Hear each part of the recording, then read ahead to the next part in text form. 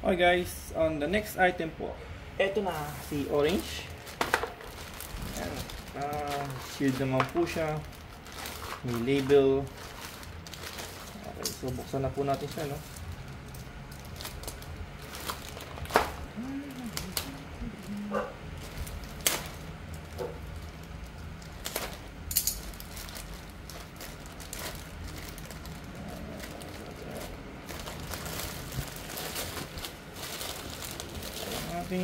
Items. Ayan. Plastic naman siya. Okay. Oops. Okay, so ito po yung ating bottle shaker, no? FDA, BPA free. Makapal po, mabigat din, sakto lang sa kanyang size. Sport water bottles po, no? Ayan, check natin siya.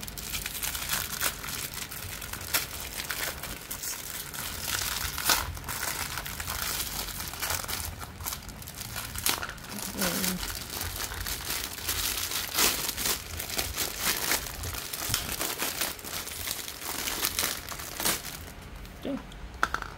So, ito yung tsura niya. Okay. Ito, yun.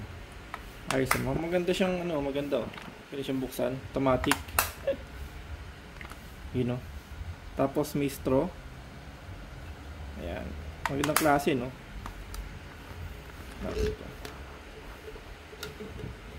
May goma. Ay, pang ano siya, plastic lang din pala to.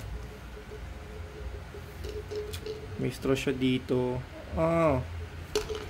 Okay, so ito yung mga model din, mga size. Ayan. Yun lang po siya, no? And then yung pinaka shaker niya, plastic, no? Yung ginagamit ko sa US is yung stainless. Ayan. Again, hanggang sa siya guys, hanggang 800, tama, 800 ml po siya, no? 800 ml. And then tanggalin na po natin ito, no? 3 ounce, yun, 6 ounce, 9 ounce, 12 ounce, 15 ounce, 18 and 21 ounce po siya. Okay. Sa ilalim, ito. And yun nga po nakalagay sa kanya, isa nun daw siya, FDA and BPA free na siya, pero walang nakalagay sa ilalim niya. Pero anyway, okay lang naman. Yan. Pero yung straw, pwede yun. Pero ako usually lang, hindi ko siya magagamit yung straw nito. Okay. Yun, no? Maganda pa sa kanya guys, ito yung pinaka dulo niya, nayuyuko mo siya, so parang pwede mo pang mahigop.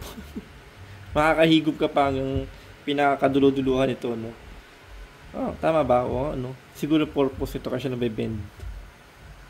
Okay.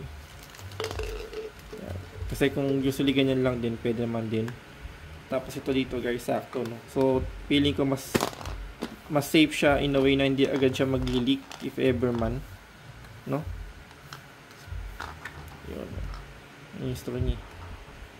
Diba? Pwede siyang ganito lang yan. Ayan. Hindi pa siya na-open to. So, yun lang. Parang cover lang siguro niya to. Baka kasi mabagsak, so mababasag to agad ito, tapos may cover siya dito, pinaka-cream niya. Okay guys, so thank you for watching po, no? Bottle shaker po ito.